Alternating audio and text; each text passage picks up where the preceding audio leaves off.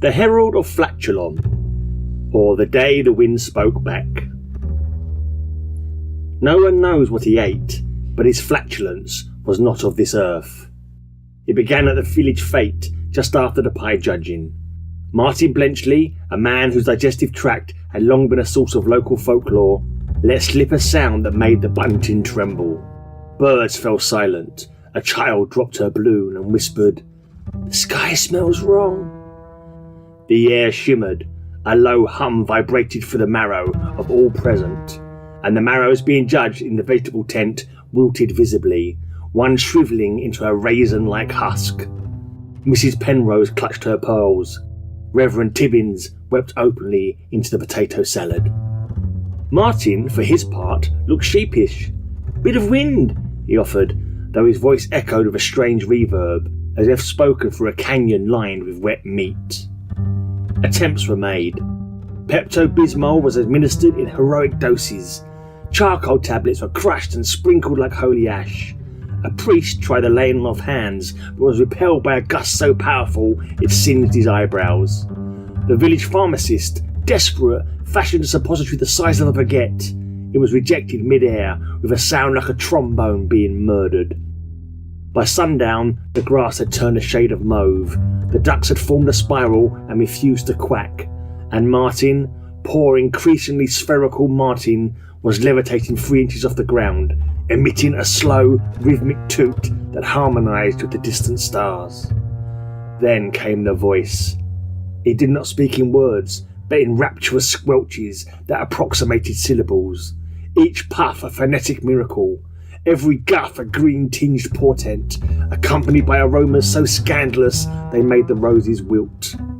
The whiffs carried notes of betrayal, damp sock, ancestral shame, and forbidden chutney. One gust bore the unmistakable tang of broken promises and pickled regret.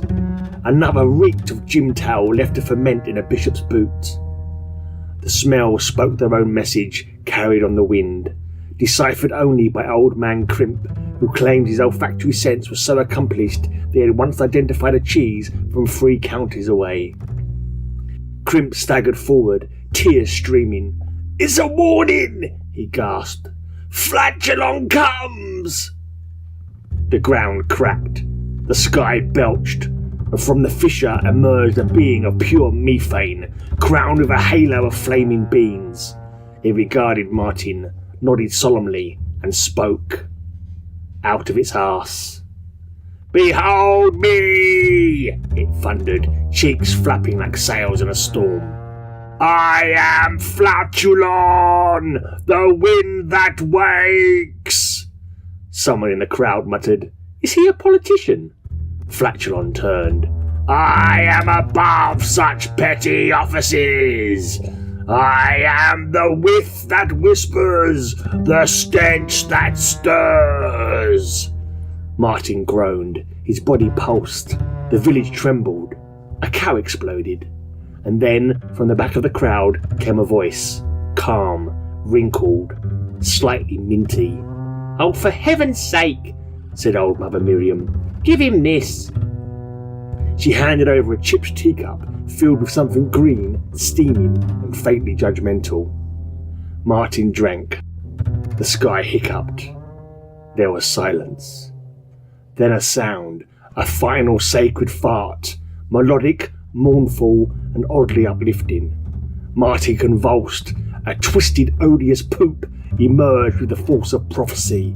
It glistened, it steamed, it radiated regret. Martin collapsed, unable to sit comfortably for a week. Flatulon blinked. "The rift is sealed! The wind is tamed!" He vanished in a puff of reverent gas. Miriam sipped her tea and winked. "Save the world again," she said. "3rd time this month."